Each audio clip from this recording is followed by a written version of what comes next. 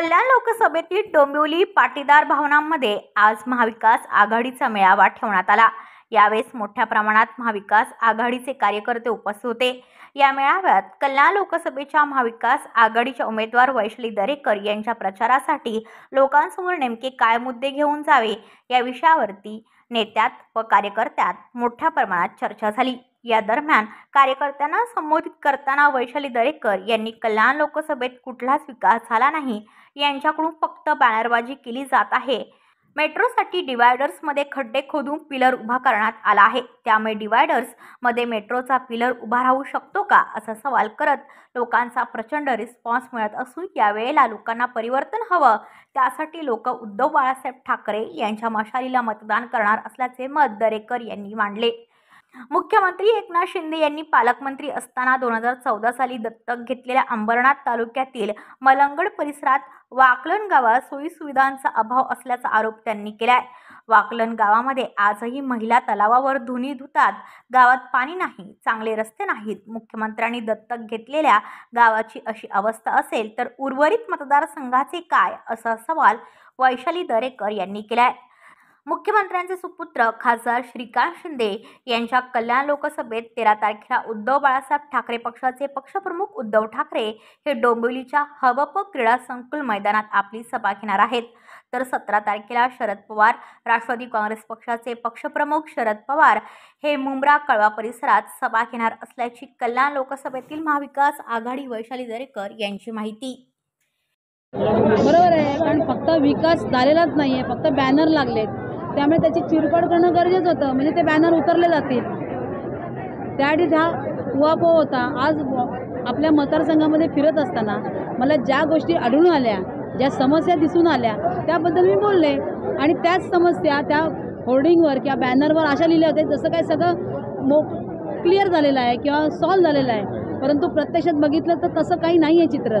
त्यामुळे आज मी इथे चिरफाड केलेली आहे। प्रचंड रिस्पॉन्स आहे, जनता अत्यंत आनंदी होते। ज्या ज्या वेळेला आमचे कार्यकर्ते त्यांच्या घरापर्यंत जात आहेत, ज्या ज्या वेळेला मलाही भेटत आहेत, काय ठिकाणी मी जाऊन भेटते, त्याला लोक अतिशय खुश आहेत आणि मला असं वाटतं कुठेतरी परिवर्तनाची नांदी आहे।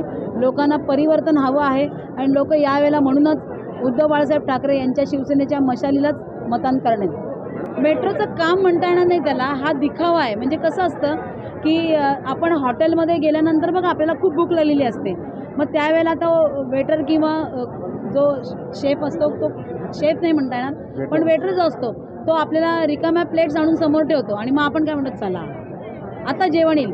त्यानंतर अर्धा तास जरी लागला तरी आपण खुश असतो, कारण आपल्याला माहिती आहे प्लेट्स आल्यात म्हणजे जेवण येणार आहे। तसा काहीसा प्रकार आहे। कुठेच काम सुरू होणार नाही इतक्यात, परंतु उगाचच असे बॅरिकेड्स आणून ठेवायचे मेट्रोचे आणि खड्डे खोदून दाखवायचे कुठे, तर त्या दोन आपले जे डिवायडर्स आहेत त्याच्यामध्ये, त्या डिवायडरच्या इथल्या एवढ्या छोट्या खड्ड्यावर आपला मेट्रोचा पिलर उभा राहू शकतो का? पण काहीतरी दाखवायचं म्हणून ते उद्योग चाललेले आहेत त्यांचे। नाही, खरंच बिकट अवस्था आहे। मुख्यमंत्र्यांनी स्वतः दत्तक घेतलेलं गाव आहे, त्या गावात पाणी नाही आहे, महिला धुणी धुत आहेत बाहेर जाऊन, ही अवस्था खरंच बिकट आहे।